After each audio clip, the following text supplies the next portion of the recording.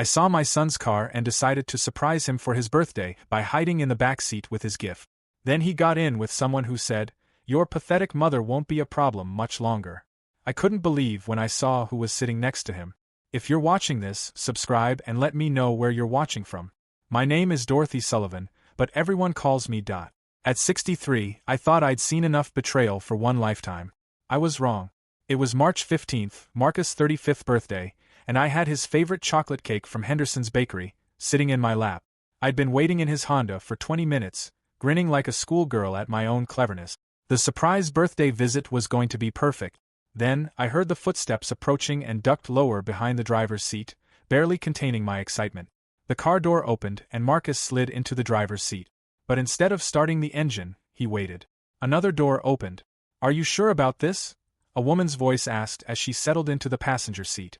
I almost gasped out loud. It was Vanessa Brooks, his business partner.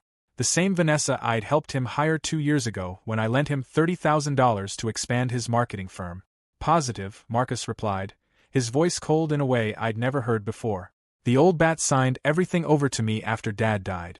Power of attorney, beneficiary changes, the works. She was so grateful for my help with the paperwork." My blood turned to ice. "What paperwork? What changes? And the house?" Vanessa asked.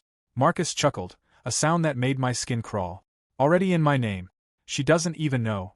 I told her it was just updating the deed for tax purposes after Dad's death." The cake box trembled in my hands. "My house? The house Frank and I built together 41 years ago.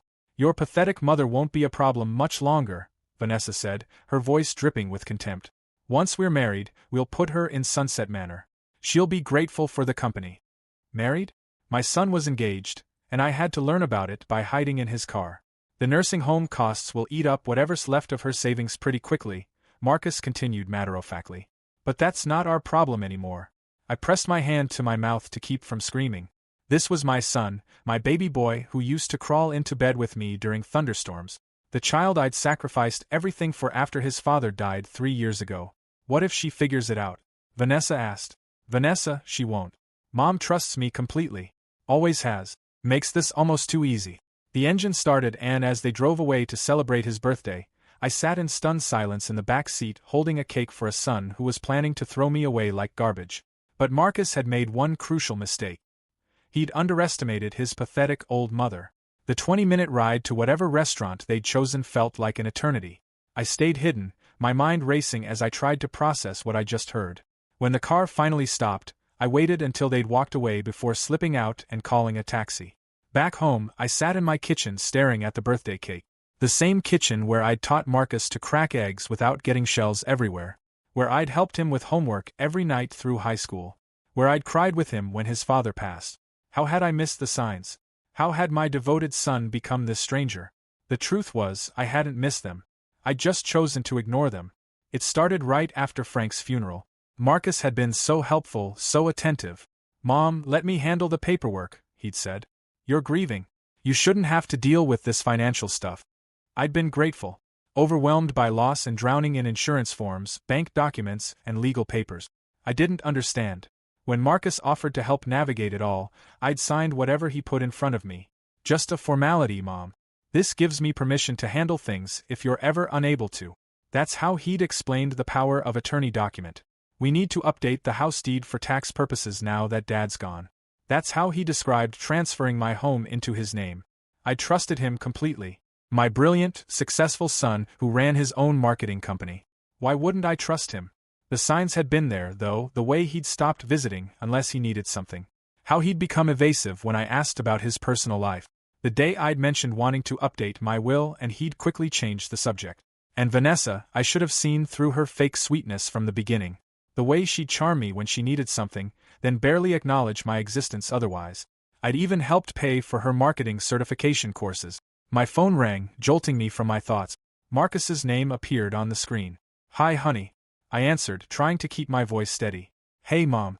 Sorry I missed your call earlier. Vanessa and I were at dinner celebrating my birthday."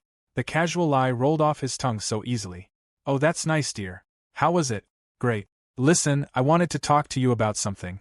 Can I come over tomorrow? There are some financial things we need to discuss." My stomach dropped. "What kind of financial things?" "Just some updates to your accounts." Nothing major, but it's important we handle it soon. I'll bet it is, I thought. Of course, honey. Whatever you think is best. Perfect. I'll be there around 10 o'clock. And Mom, don't worry about anything, okay? I'm taking care of everything. After he hung up, I sat in the growing darkness of my kitchen, Frank's picture on the mantel, watching over me. My husband had always been the suspicious one, the one who questioned people's motives. I'd been the trusting one, seeing the best in everyone. Well, Frank, I whispered to his photo, looks like you were right to worry about people taking advantage of me. But Frank had also taught me something else. When someone shows you who they really are, believe them the first time. Marcus had just shown me exactly who he'd become. Now it was time to figure out what I was going to do about it. I barely slept that night. Every time I closed my eyes, I heard Vanessa's voice. Your pathetic mother won't be a problem much longer. By 6 a.m., I was dressed and ready. If Marcus thought I was just some helpless old woman, he was about to learn otherwise. I might be 63, but I wasn't dead yet. My first stop was Henderson's bakery. Irene Henderson had been my friend for 20 years, ever since her daughter was in my 3rd grade class. She exclaimed when I walked in.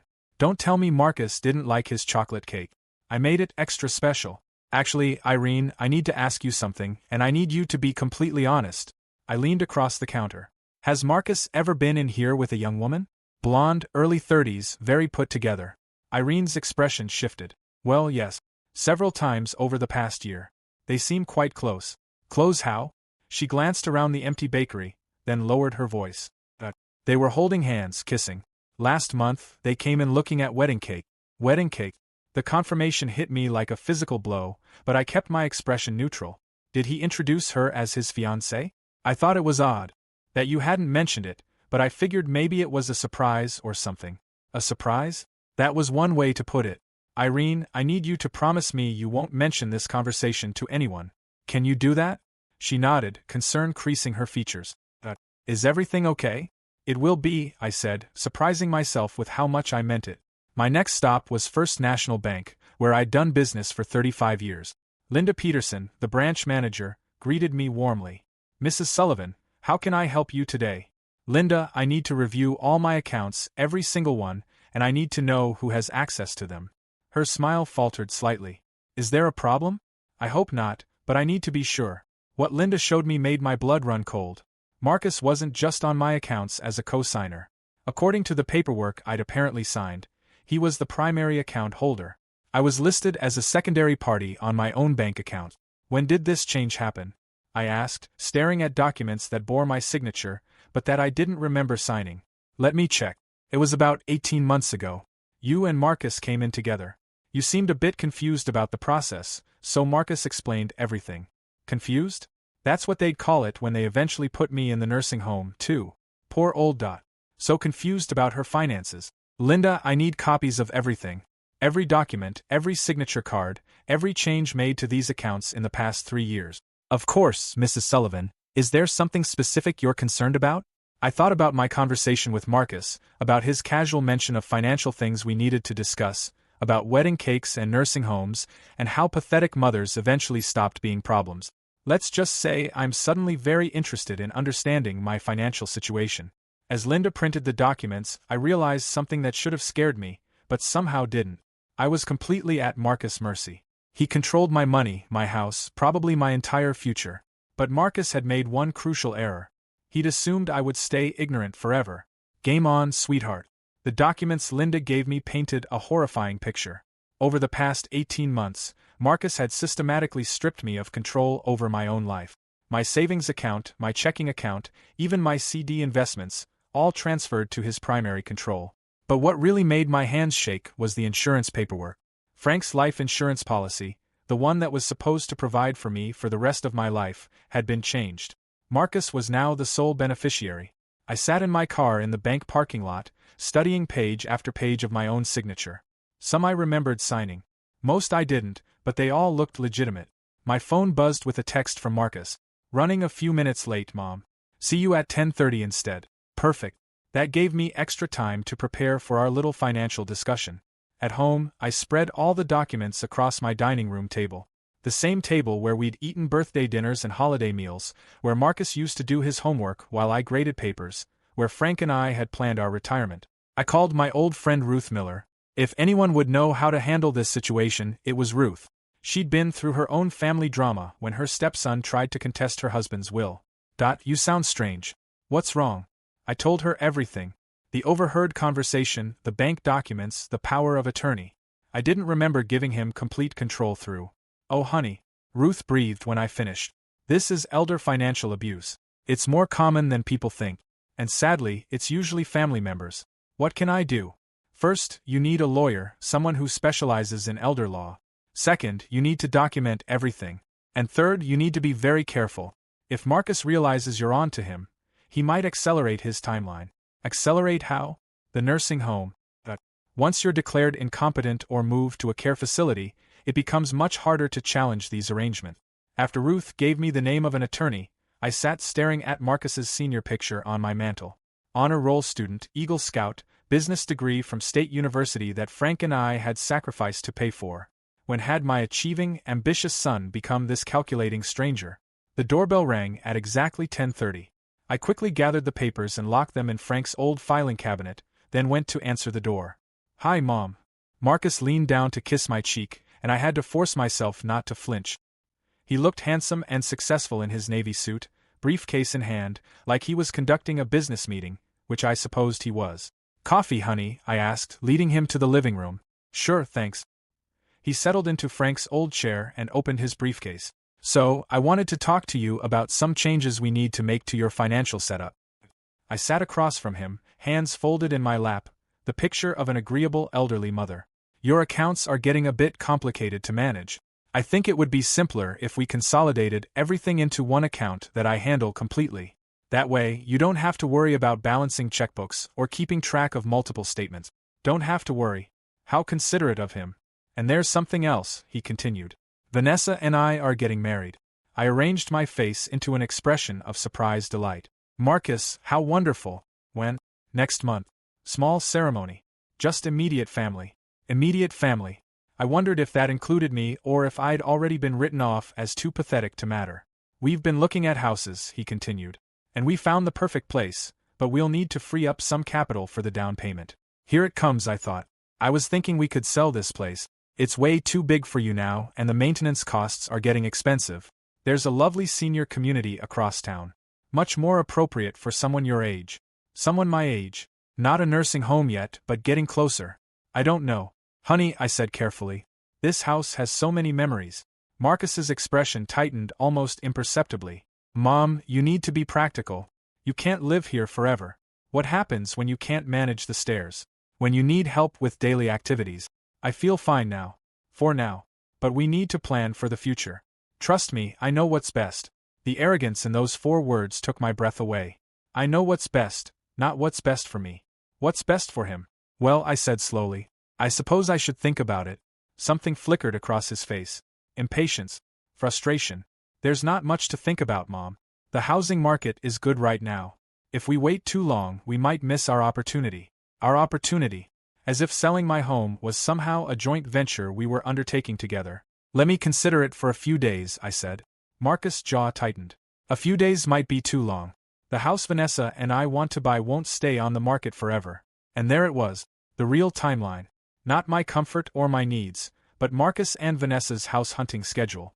I understand, honey, but this is a big decision. He snapped his briefcase shut. The sound sharp in the quiet room. Fine, but don't wait too long, Mom. Sometimes opportunities don't come around twice. As I walked him to the door, I realized he was right about one thing. Opportunities don't come around twice, and he'd just given me mine. After Marcus left, I sat in Frank's chair and called the attorney Ruth had recommended. Attorney Patricia Webb specialized in elder law and had dealt with dozens of cases like mine.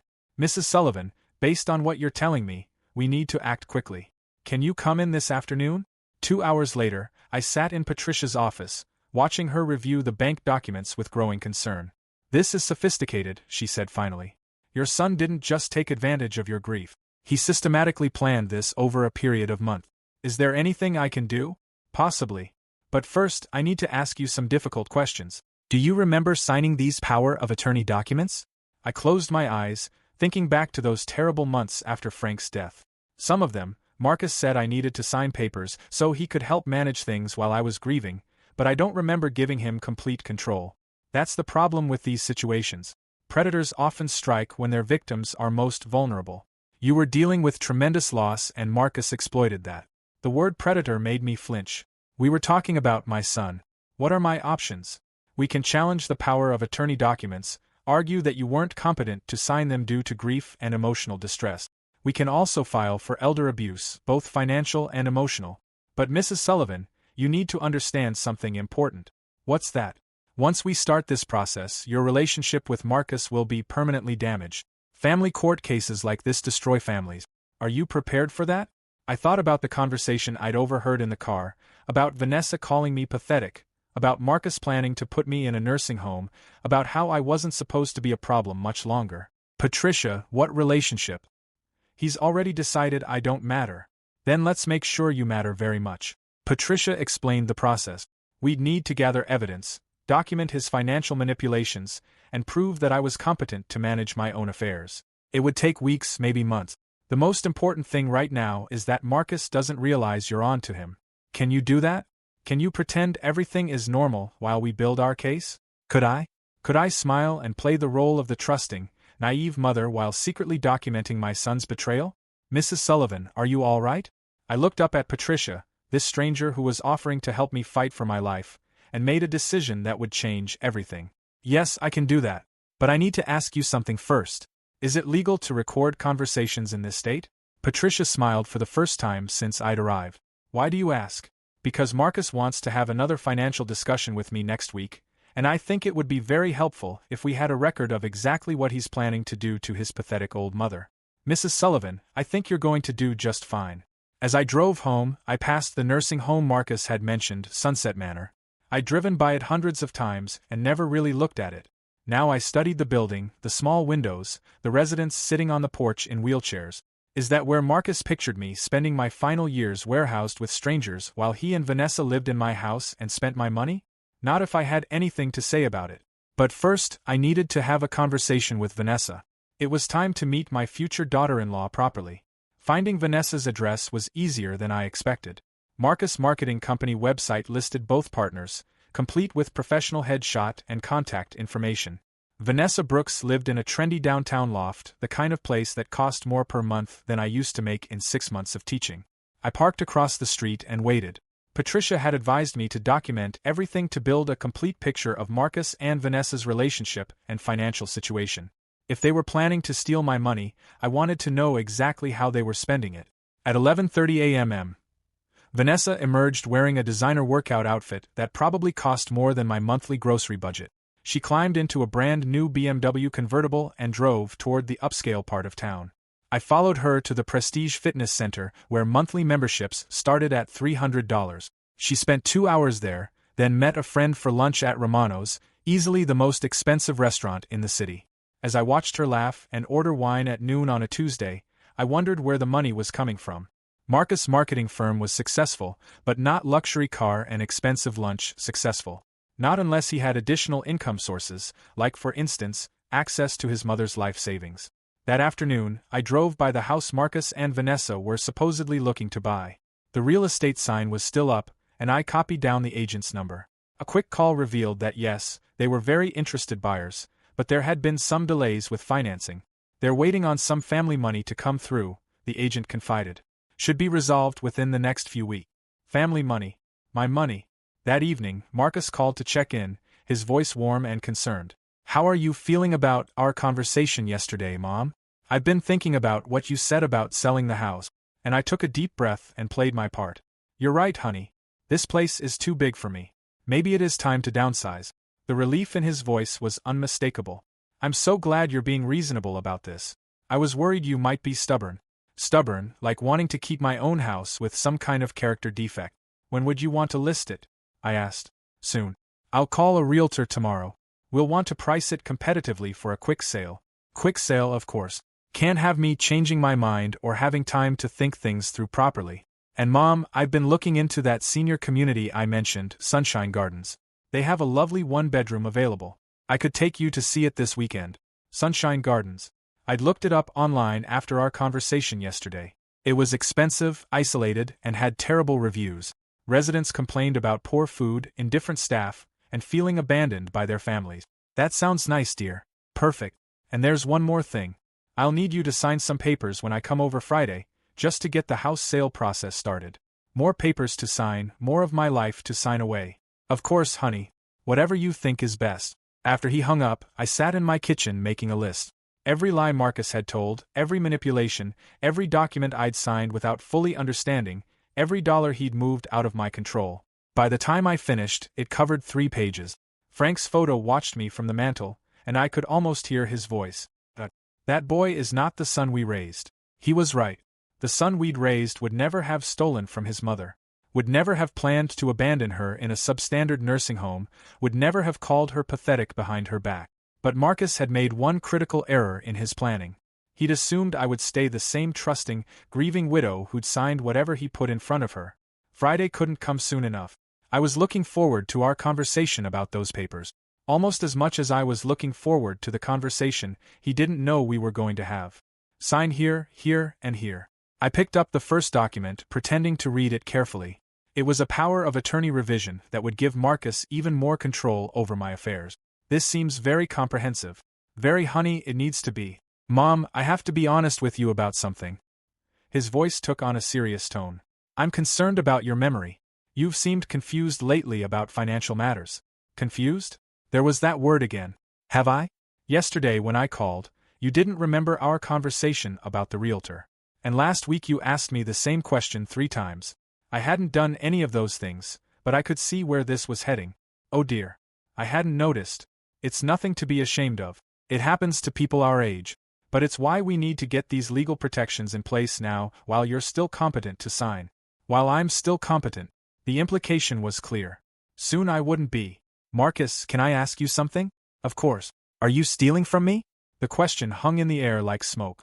Marcus' face went through several expressions before settling on wounded incredulity. Mom, how can you ask that after everything I've done for you? I went to the bank yesterday. Linda showed me my accounts. You've moved all my money into accounts where I'm not the primary holder. His jaw tightened. I explained this already. It's for your protection. Protection from what? From yourself. The mask slipped slightly, revealing something harder underneath. Mom, you're not thinking clearly anymore. Last month, you nearly got scammed by that phone call about your car warranty. If I hadn't been managing your finances, you could have lost everything. I'd never received any such phone call. But Marcus's lie rolled off his tongue so smoothly, I almost admired the craftsmanship. And what about Vanessa? What about her? Are you two engaged? Another flicker of surprise. We've discussed it. Why? I just think it's interesting that you're getting married, buying a house, and putting me in a nursing home all at the same time. Very convenient timing.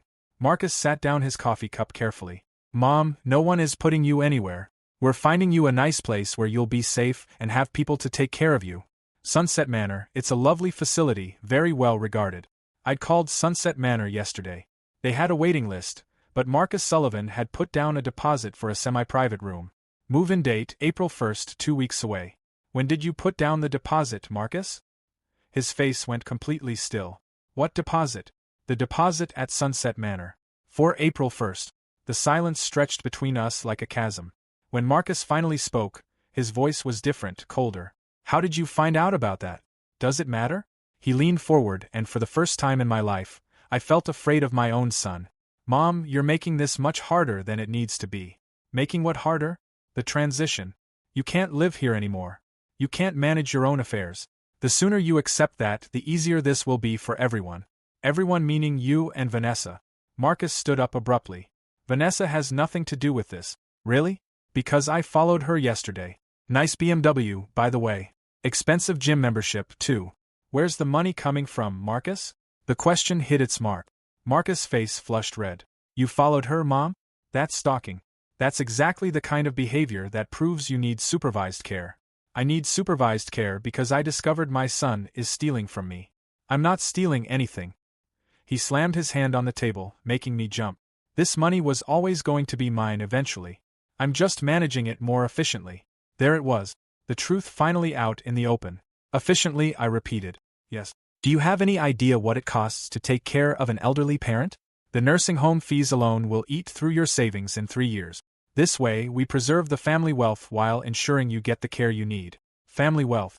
My life savings had become family wealth that needed preserving. Marcus sat back down, his voice returning to its earlier reasonable tone. Mom, sign the papers. Let me handle everything. You won't have to worry about money or maintenance or any of it anymore. I looked at my son, this stranger wearing Marcus's face, and felt something break inside my chest. Not my heart, that had already broken when I heard him call me pathetic in his car. This was something deeper. The final severing of the cord that had connected us since the day he was born. No, I said quietly. No what? No, I won't sign the papers. No, I won't sell my house. And no, I won't go quietly into that nursing home so you and Vanessa can live off my money. Marcus's mask finally fell away completely. You don't have a choice, Mom. I already have power of attorney. I can declare you incompetent. Can you? Yes. And after your behavior today, stalking Vanessa, making these paranoid accusations, I think that's exactly what I'll have to do. I smiled then, probably for the first time since this nightmare began. Marcus, honey, there's something you should know. What's that?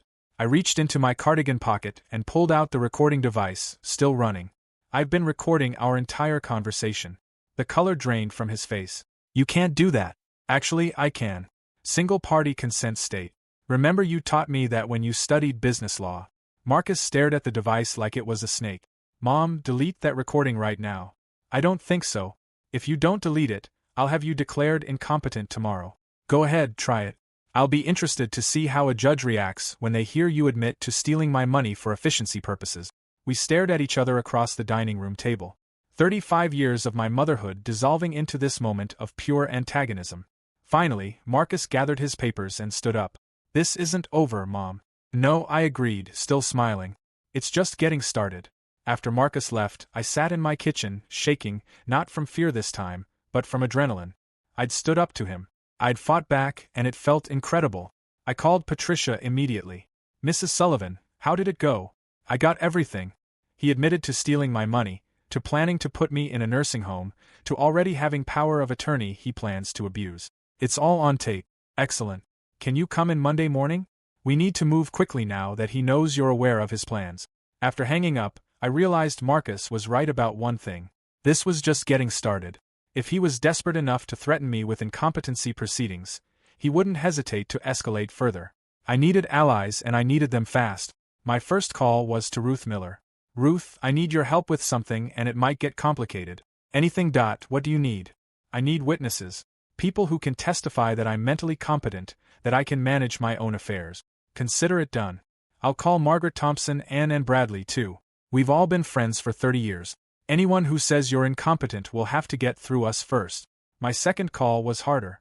I dialed my sister Linda in Phoenix, the sister I hadn't spoken to in 2 years because of a silly argument over Dad's china pattern.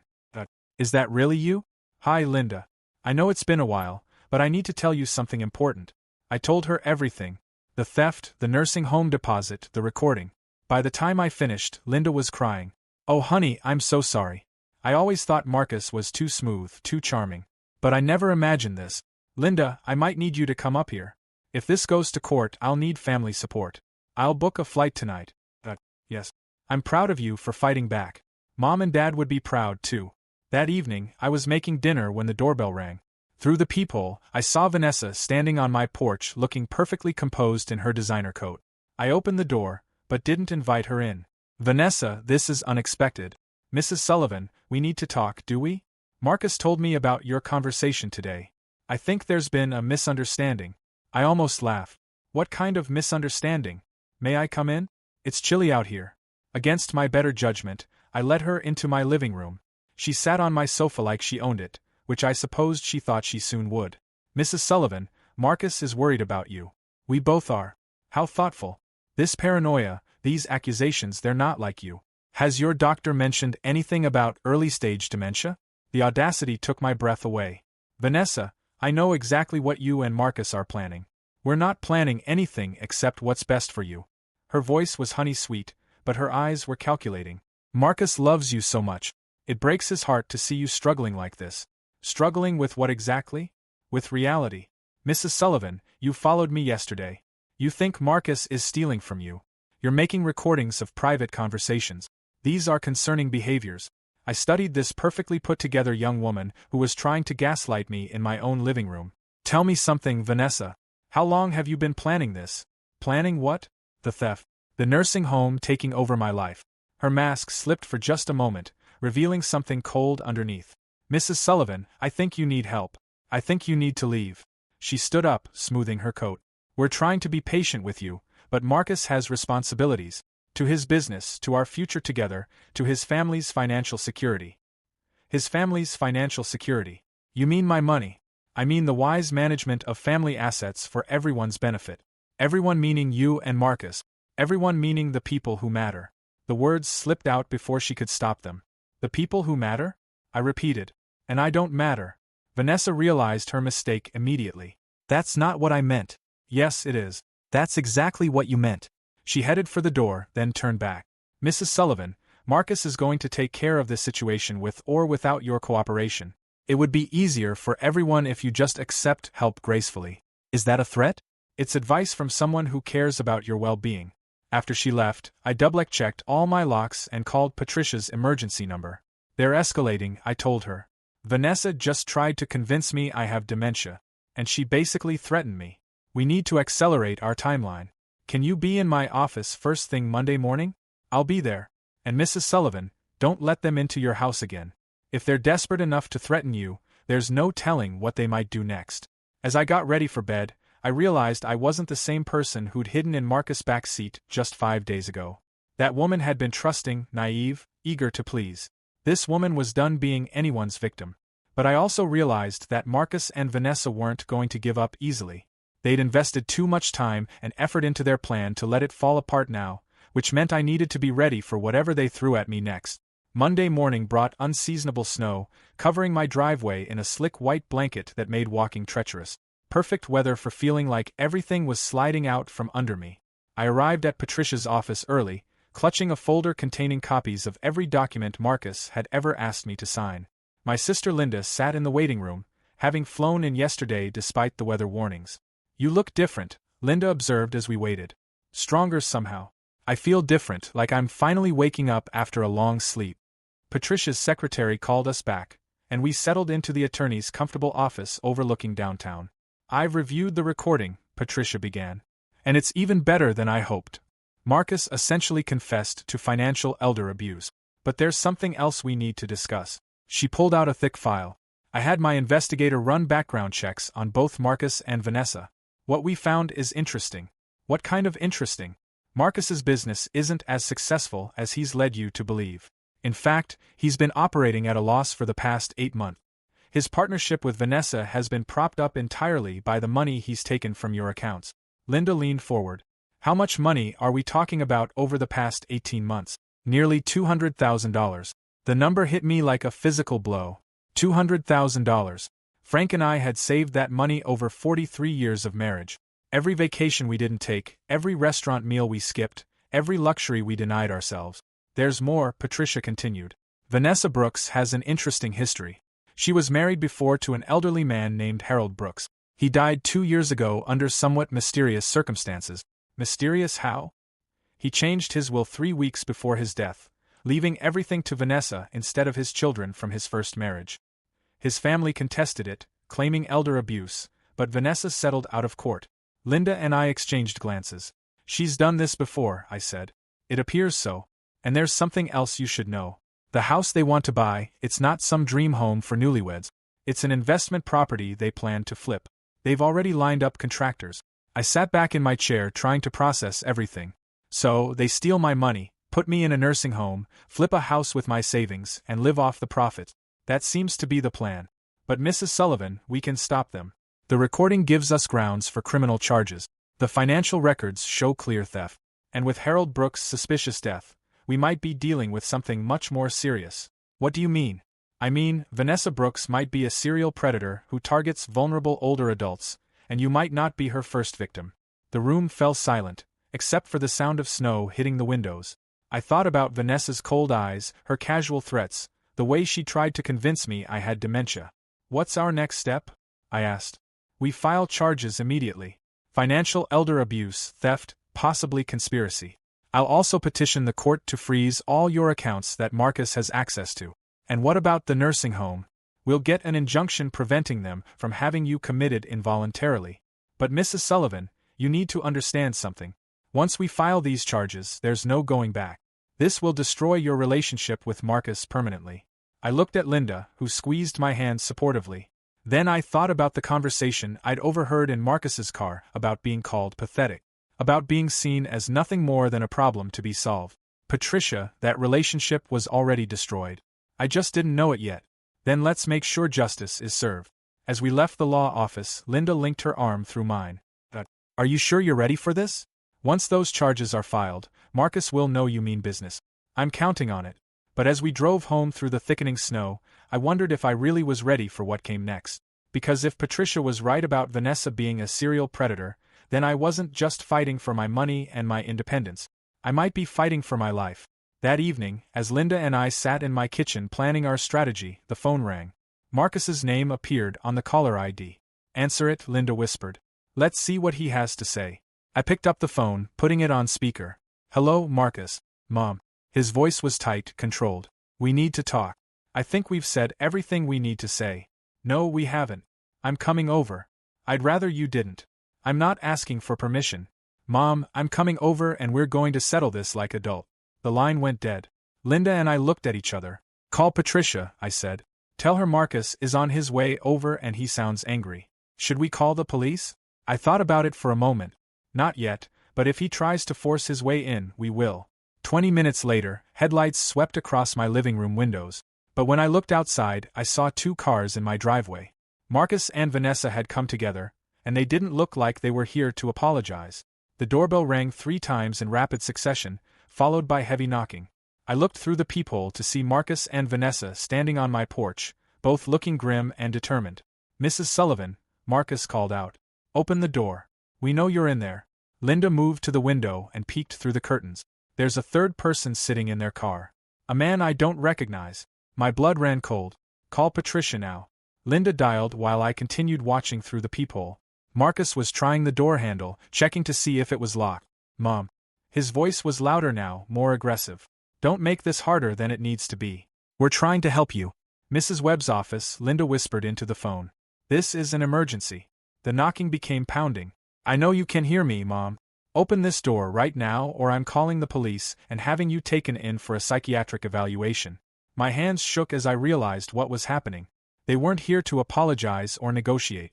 They were here to finish what they'd started. Patricia's on her way, Linda whispered, hanging up the phone. And she's bringing the police.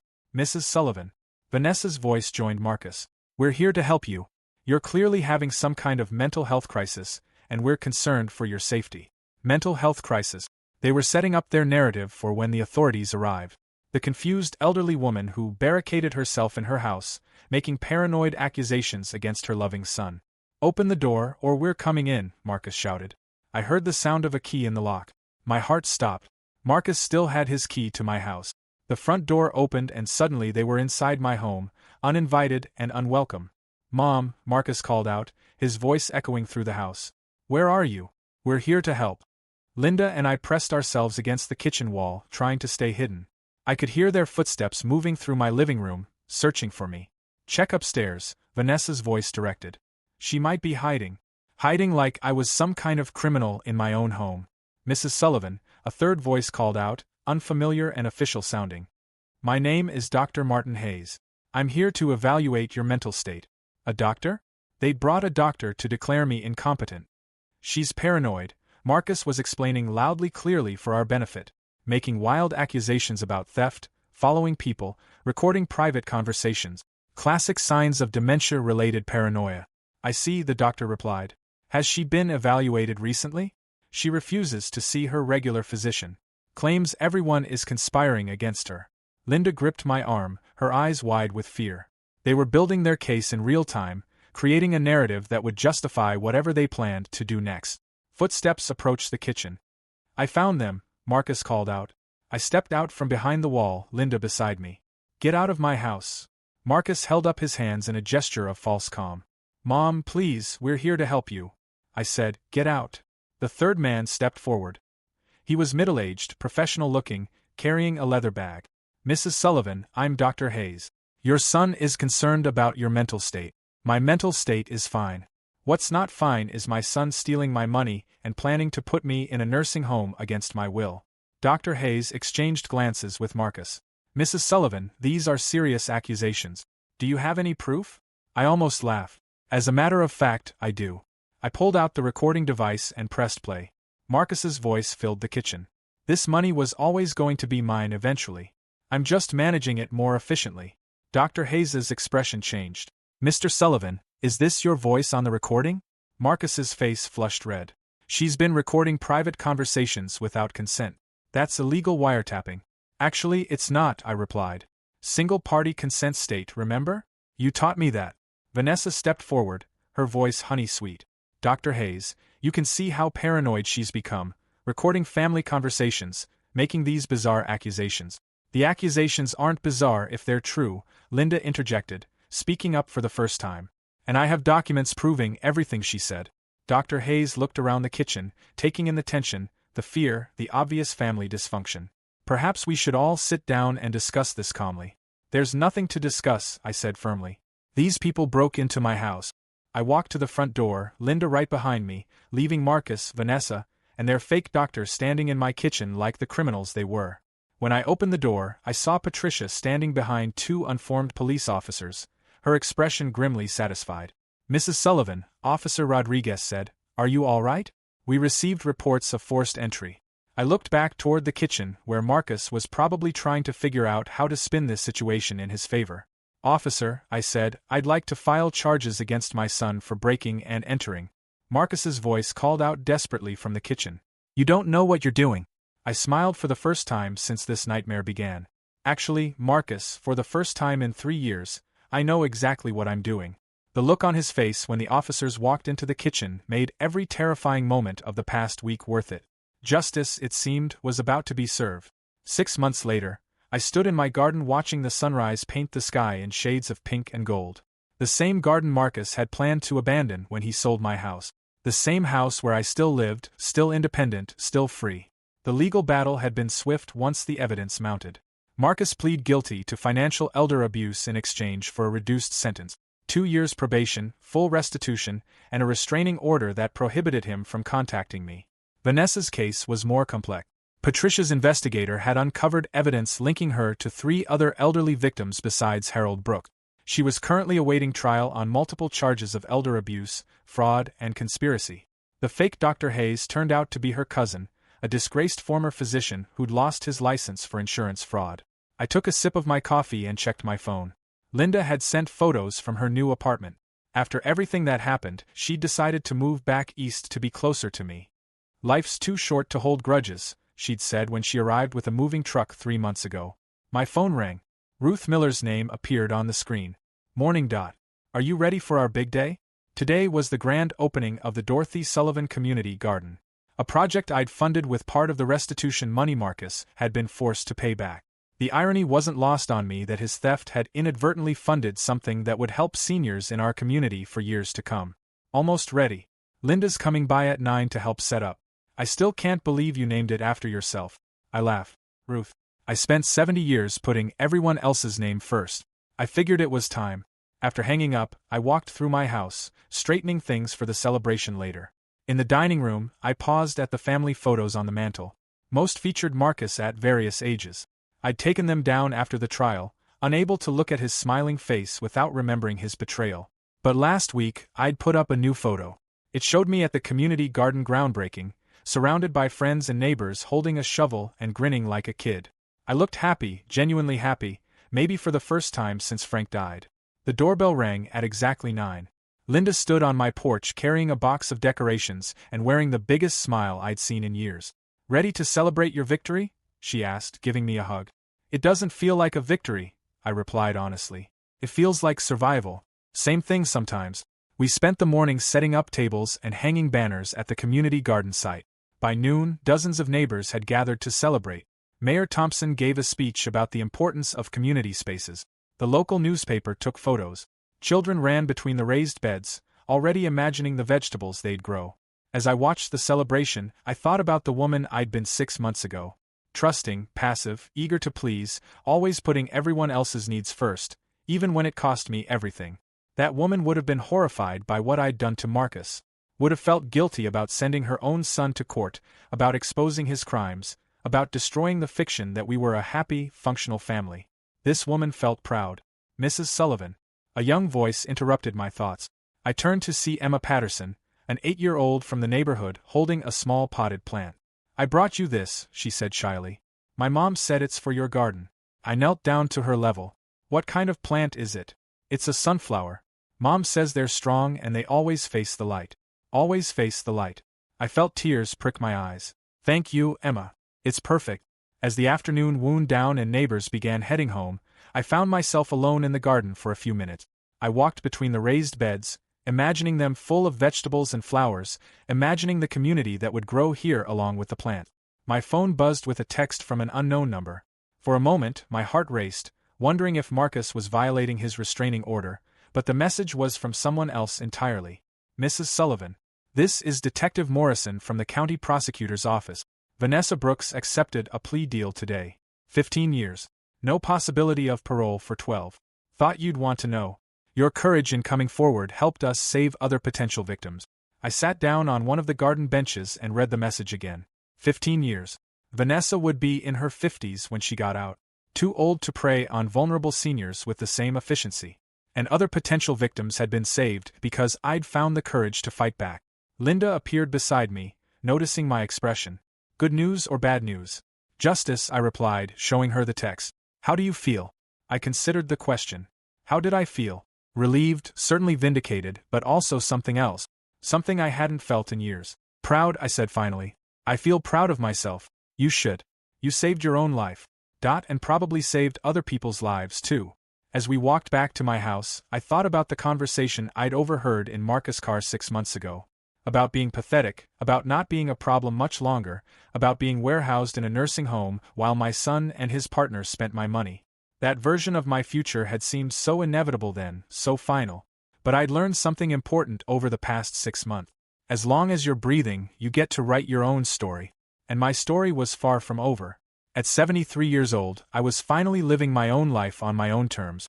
I had a community garden bearing my name, friends who valued me for who I was rather than what I could give them, and a sister who'd moved across the country just to be near me. Most importantly, I had myself, the woman I'd become through surviving the worst betrayal imaginable. The woman who'd faced down criminals and predators and won. The woman who'd learned that sometimes the most loving thing you can do is refuse to be a victim. As I locked my front door that evening, I smiled at the thought of Marcus somewhere trying to rebuild his life, hopefully learning that stealing from your mother has consequences. And I smiled at the thought of Vanessa in prison, unable to hurt any more vulnerable seniors. But mostly I smiled because tomorrow I'd wake up in my own house, in my own bed, living my own life. And that was the greatest victory of all. Thanks for listening. Don't forget to subscribe and feel free to share your story in the comments. Your voice matters.